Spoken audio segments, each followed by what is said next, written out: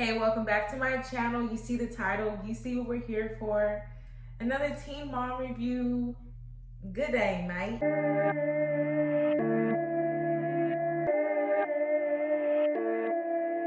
Got a lot going on today, this week, all the things. I'm going away at the end of the week, so I got a plan for that. I had a good long weekend. It's just a lot going on for me. So I hope you guys have good things going on. Let's get into Teen Mom because you guys are here to talk about that, not about me and my life. Before we get started on the actual review, I just want to say that I'm so glad that they brought it back to the regular format because last week's episode was not giving, it was not working. So we're talking about Kayla and her situation with Luke. Pretty much it's gonna be about what happened last season. They're still stuck on that. The situation with the girl, I feel like I got stuff on my face. The situation with the in-laws and how like her in-laws try to fight her. Well, they're technically not her in-laws, but you know what I mean, they all share love for Araya. I think that's her name. Araya? Yeah. So, I mean, they kind of are, even though her and Luke aren't married, but I mean, like, you know. So, they are cool, cordial, but they're not necessarily close. They don't really talk like they used to. It's not the same as it used to be. And that makes sense. I mean, like, anyone with common sense and actually cares about their peace and their own respect is not going to be necessarily close to someone that tried to fight them, especially if the reasoning behind it was invalid. I wouldn't be close to them either if I was Kayla. Honestly, I wouldn't even come around. And you could say that's petty, but I would literally be the type to be like, I don't want anybody around me that wants to physically harm me. I don't care how mad you are, I'm not doing it. And that's just me. That's the person I am. I'm not a fighter, I'm a lover. And even sometimes I don't even love. I just do my own thing and worry about myself and my own peace. And it's just like, if I have you in my circle of my life, I'm very, like, it's not about me, but I'm just saying, like, I get it. So honestly, if it were me, I wouldn't even want to be around them. Like, I would literally just be like, you can take the girl over there. And I don't care if that's petty. And I know people say that's petty, you can get over it. Like, why would you? Yeah, I will get over it. As a matter of fact, I am over it. And I forgive them, but I won't forget. And it does not mean I have to be around them. I do not have to be around them. I don't care if that's my daughter's grandma, that's my daughter's auntie. I don't care. I feel like if you feel like, even though knowing I was your granddaughter's mom, you knew I was your niece's mom, and in that moment you said, I still don't give a fuck, bitch, I want to fight you, even though you want to fight me over something that has nothing to do with you and has everything to do with my relationship, whether you agree with it or not, it's not your relationship, it's mine. So it's like, for you to want to fight me over that, physically harm me because you're upset about it, then I have the right as my own person, my own peace and being, to say, I don't want to be around you. So for me, I'm very, very, very big on peace. So if I were Kayla, I would just like honestly have cut them off completely. I don't do fighting. I never have tried to fight or buck at somebody first or period. Only time I've ever done is unless someone is already doing it at me and already threatening me and physically trying to fight me. And I've only been in a fight one time. So it's just like, I don't fight people. So it's like, if you coming at me with that energy, I don't even need you around because I'm not even on that time. It's just like, you just gotta know where you're at in life and who and what you want around you. And it wasn't necessarily even the mother that tried to fight Kayla. It was more so Luke's sister. But still, like, her mom was kind of condoning it because she wasn't really stopping her. It was like she was kind of allowing her to act the way she was acting because she was upset too.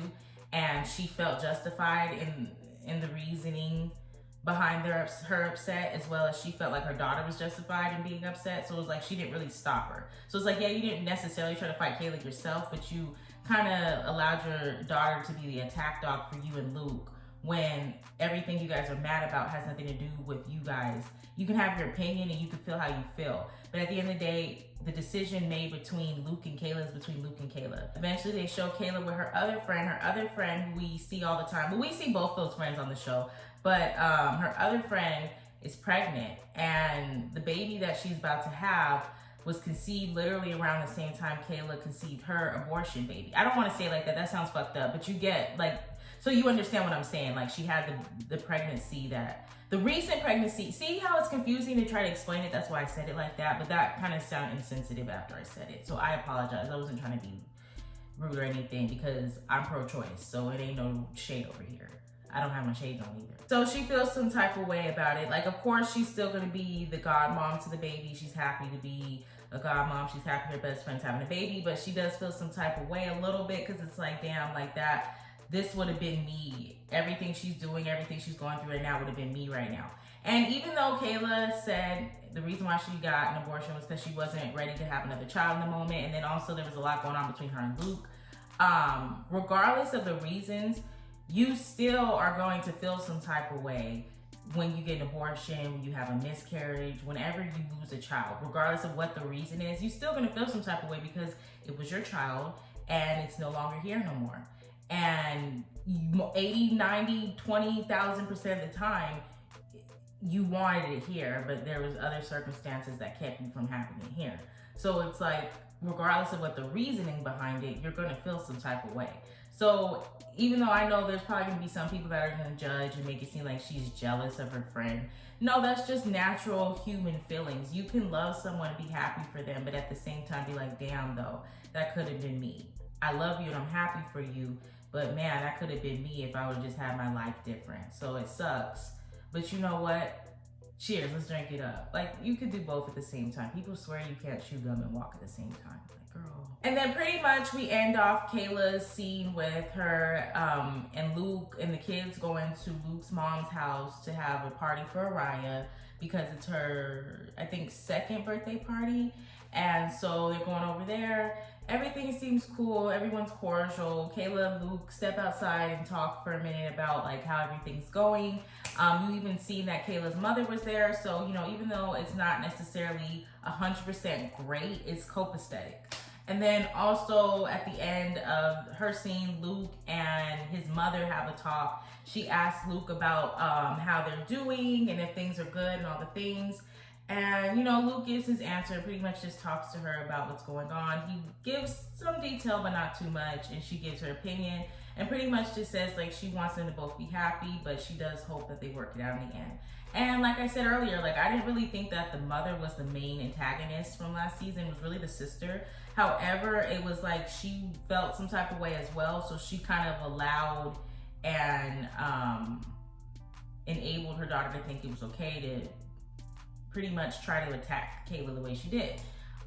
So it was just like, it was uncalled for and it was very ghetto. It was. I do think that the mother has good sense and probably the sister does too. But last season came off very ghetto. And I know people get mad and I understand that people have issues sometimes with their emotions, especially when they're upset and they feel some type of way. I do get that. So, and I'm not trying to act like, oh, I'm perfect and everything. But I honestly feel like if you really know yourself and you evolve in your mental, you're emotional, and you stay grounded in your peace, you do know and you do learn over time to control your emotions and to control yourself and how you treat yourself and how you treat others in public. And it's just like a respect thing that, one, if you grew up with it, and two, if you actually learn and practice in it and you're living life, your daily life, not just say it but do it, you actually are able to control yourself when you're in situations that piss you off. And I know from experience. I'm just saying, like, you know, I'm not like, it's not like I'm 50 years old, but, you know, I'm pretty good at controlling my emotions. I've been tested plenty of times and I don't have to, and I don't fight people in the process. So I just think that that was bad, but they can work it out. I do think that his sister owes her an apology because that was way out of line and that wasn't even her place to do all the things she did. I didn't even tell you guys, like the video if you like it, comment down below if you have any questions, comments, or concerns. Subscribe to my channel if you like me, if you like my content, if you want to see more Teen Mom, Young and Pregnant videos every week, because I will be doing this every week. Okay, so if I'm gonna be honest, I'm not gonna spend too much time on Brianna. I'm just being honest, she's honestly the least interesting girl on this show. And no shade to her, you know, like, I'm not trying to take away from her bad, you know, get your money, man. I'm just saying she's the least interesting to me. I always seem to write down the least amount of notes for her, and that's fine. So she pretty much is just giving us a story, ring light, about how she feels about her mom kind of like overstepping her bounds and raising Brayson. She feels like she's thankful that her mom helps her so much, and she's thankful that Brayson loves her and has a really great relationship with her, but at the same time she feels like her mother oversteps her bounds a little bit, and she doesn't also like how she tries to like tell her how to raise Brayson in front of Brayson. Like, she'll make comments or suggestions and do it in front of Brayson and he hears it, she also feels some type of way about the fact that she feels like Brayson sometimes wants to be with his grandma more than he wants to be with her. And these are all valid points, all understandable, I get it. I do feel like with Brianna, half the time, actually I'll even say more than half the time, her points that she has and her reasoning she has for why she's upset with her mother, or why she feels some type of way towards her mother is actually valid. It's just her delivery be off all the time. She's always like, it has an attitude. She's like cussing her out, yelling at her, calling her names. It just goes too far. So it's like, you're right, or what you're saying is right, how you feel. You have the right to feel the way you feel. But it's like, you don't have to come at her like that, or you don't have to say it like that. And it's just like, girl. So it's like, Brianna has valid points. Not really much to say here. She does. She just needs to talk to her mom without cussing her out, without disrespecting her, without calling her a dumbass bitch. And then maybe her mom will hear her. And there's a difference between talking to your parents and telling them how you feel and being honest and being respectful and just getting across how you feel and being assertive without being disrespectful, and then, you know, being disrespectful. Like, you know, example, calling people out their names, cussing at them, all those things, you know. Now, I can understand if you have a toxic parent that already goes for the jugular, and they already do that to you, and then it's like you do it back because one, you're raised in it, and two, it's like, well, you keep calling me a bitch, you keep cussing me out, so I'm gonna say it back. But in a lot of cases, Brianna's mom is not calling her out her name. She's not cussing at her. It's just Brianna's just upset, and then she'll just start. So it's like, and like Brianna said, her mom is too lenient, because clearly she's too lenient with her own kids. That's why Brianna is the way she is. So it's just like, understandable, valid points, Brianna, but your delivery. So this week, we're more focused on Taya. And to be honest with you, it makes sense, and I'm glad that Taya kind of has like a part in this show. She's kind of like looked at as like a real cast member. Hopefully she gets paid. Taya's been going through a lot. She's been telling us this from the beginning, but it's like almost like it gets worse and worse. You would think over time her family would be comfortable with her lifestyle, comfortable with her girlfriend, comfortable with whoever Taya grew up to become. And instead, it's like the more she, from what it sounds like on the outside looking in, it seems like the more she tries to like create a relationship with them, even though she's not living with them and they never had the best relationship, it's like the more they push her away. Like the fact that Kaya said that they fought her and pulled out a gun on her, bitch. Pretty much Taya's grandma died, and Taya didn't go to the funeral. And reason being is because her family is that fucking toxic. They're so toxic that every time they come around, there's always some type of argument, disagreement, or physical fight. And based on what Kaya said, a gun was pulled out on her. And like, we thought Kayla's situation with her in-laws was ghetto. I completely agree with Kaya. I wouldn't go to the funeral either. I agree with Taya. I wouldn't go around the family either. I completely agree with Kaya. I wouldn't want to be around them at all. Like, I still love you, boo. We still together. But like, when it comes to your family, I don't care if we're together to the day we die. I will never come around them ever again. I don't care. Okay? It's one thing to try to fight me. That's not cool at all either, in my opinion. Because I'm not a fighter. I'm all for the peace. And especially if I'm coming at you with good vibes, good energy, and I didn't even do anything physical or out of pocket to really deserve to get my ass beat, and you're trying to beat my ass, like that in itself is enough for me to cut you off for good. But then you turn around and pull out a gun on me?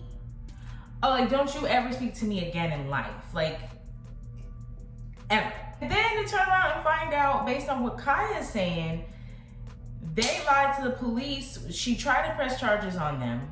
And then they turned around and lied to the police and said Kaya was the one that had a gun on her. So then somehow Kaya gets arrested and charged with having a weapon on her and things, and then gets arrested for real and actually has a mugshot.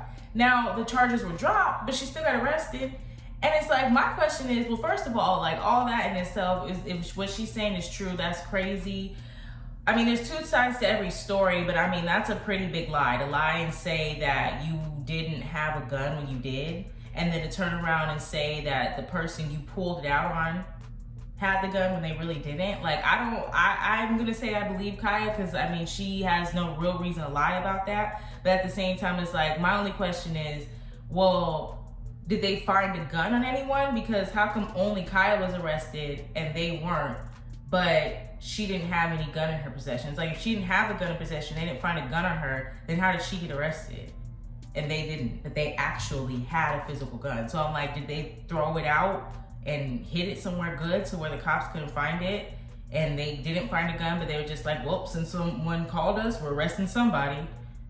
Because it's just like, where's the gun at then? Like, that would be the evidence. But somehow Kai got arrested and she said she didn't have one, but the other people who had it didn't. It's just weird. I don't know, I'm confused about that part. So where's the evidence? But like, whew. So because of all that drama and toxicity within her family, Taya didn't go to her grandmother's funeral.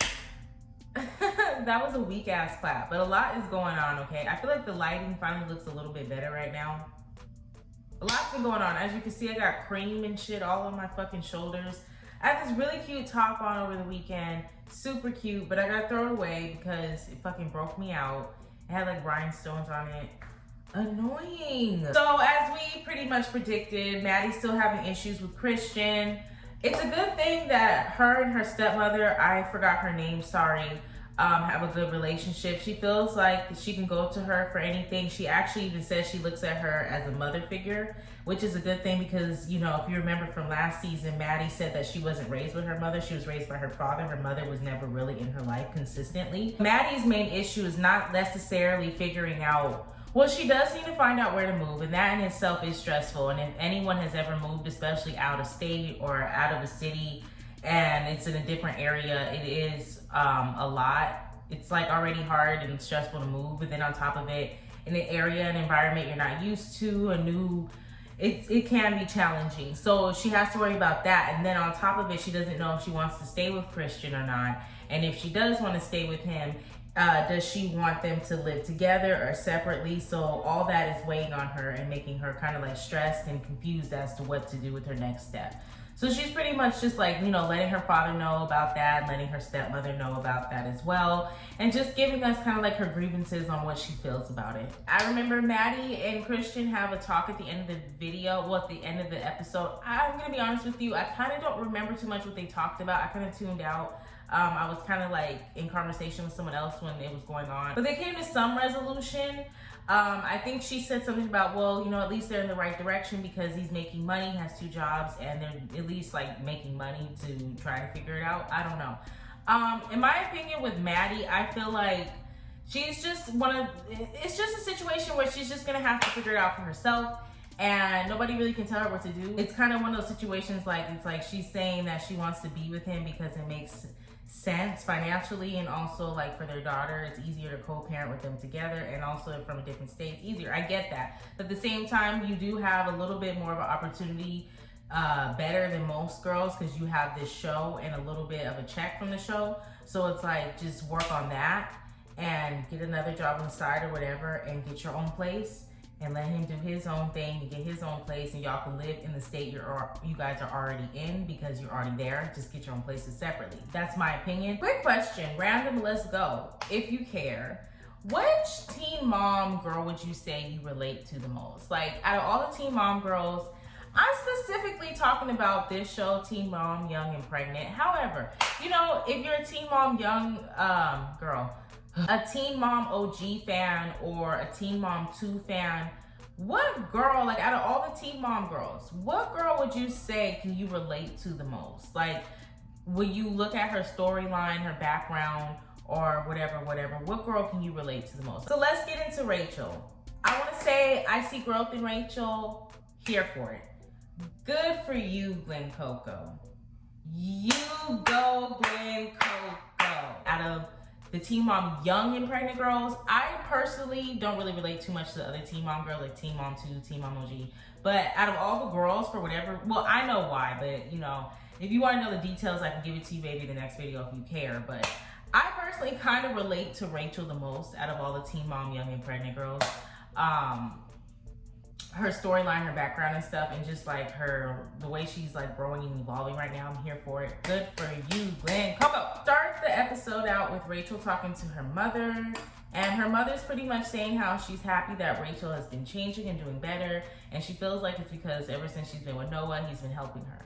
And Rachel, I thought she was gonna do like she normally does and be like, yeah, and she did at first, but she was like, you know what, it's not really Noah, it's because of me. I've been evolving, I've been doing the work. Yes, he helps, but he's not the reason. How many times I gotta say, good for you, Glenn Coco? She was being honest with her mom about how she feels like they need more therapy. And even the mom was, listening, and she was being, very understanding, saying, like, do you think we need individual counseling, family counseling? They were just talking about it. And, that is good.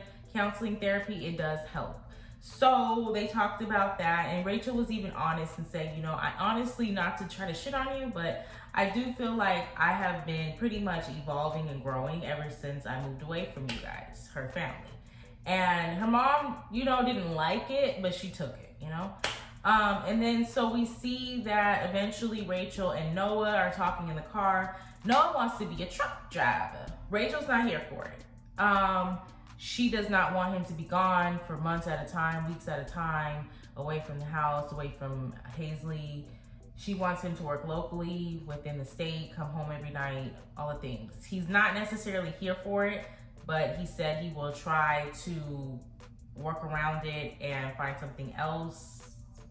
Before we get back to Rachel and her family matters. On this one, I will say I do disagree with Rachel on it, because I do feel like even though she has valid points, at the end of the day, he's not your husband. He's not the father of your child, regardless of what you're trying to pretend. He's not. He's young. He's his own person. And even if he was your husband and the father of your child, he's still young and his own person. And he, as well as you and anyone else, has the right to follow their dreams how they see fit. You have to either decide to compromise and stay, or if it's a deal breaker, go. But you can't hold anyone back from their dreams. I don't care what your reasons are. I don't care how and why, what, where, and when. Regardless of what the person's dreams are, regardless of what the reasonings are behind them, and regardless of the reasons why you feel they should or shouldn't do it, if a person wants to do something, if a person has dreams, ambitions, goals, whatever, and they want to do it, they want to get that done, they want that, they need that, they're going to get it done. And they will do it at any means necessarily, eventually, even if it takes them 40 years to do it, even if it takes them 50 years to do it. Or they will resent you up until they do it, or if they never are able to get it done, you will be resented for it. So it's just like, Rachel and Noah, in my opinion, will not last because of that reason in itself, aside from if they're even compatible, aside from all the other things. It's just like, she can't hold him back from his dreams, and vice versa. If he did the same thing to her, I would say the same thing. You can't hold anybody back from their dreams, it just is what it is. So it's like, you're gonna have to let him do what he wants to do, and then just hope the relationship works. If it's meant to be, it'll be. That's just what it is. And because if you hold him back, he's going to resent you, girl. He will never, ever forget this. And he won't be happy and be at peace or satisfied because he's holding back what he truly wants to do to appease you, to keep you. And I'm just being honest. Also, like I said, on top of it, you guys aren't even married, and that's not his daughter. So it's like, I hear what you're saying, Rachel, but girl, I don't want to get too deep into the whole kids being around boyfriends and girlfriends super quickly after, you have a kid, or quickly after you get out of a relationship. You guys already seen other videos. I'm not too here for it. I really don't believe in it. I realize it's way more common than you think, or at least way more common than I thought. And so it's just like, people do what they do. Sometimes people do it because they feel like they have to. And like in Rachel's situation, and a lot of women's situation, sometimes they don't have the finances to become a single mom on their own. So they get with the guy and quickly move in with him because like he's willing to financially help, and that's what she needs. So it's like, yeah, it's quick, but I need the money. So though I don't agree with it, I do understand. I do feel like that's kind of what Rachel did. It's like, she needed and she wanted to get out of her mom's house.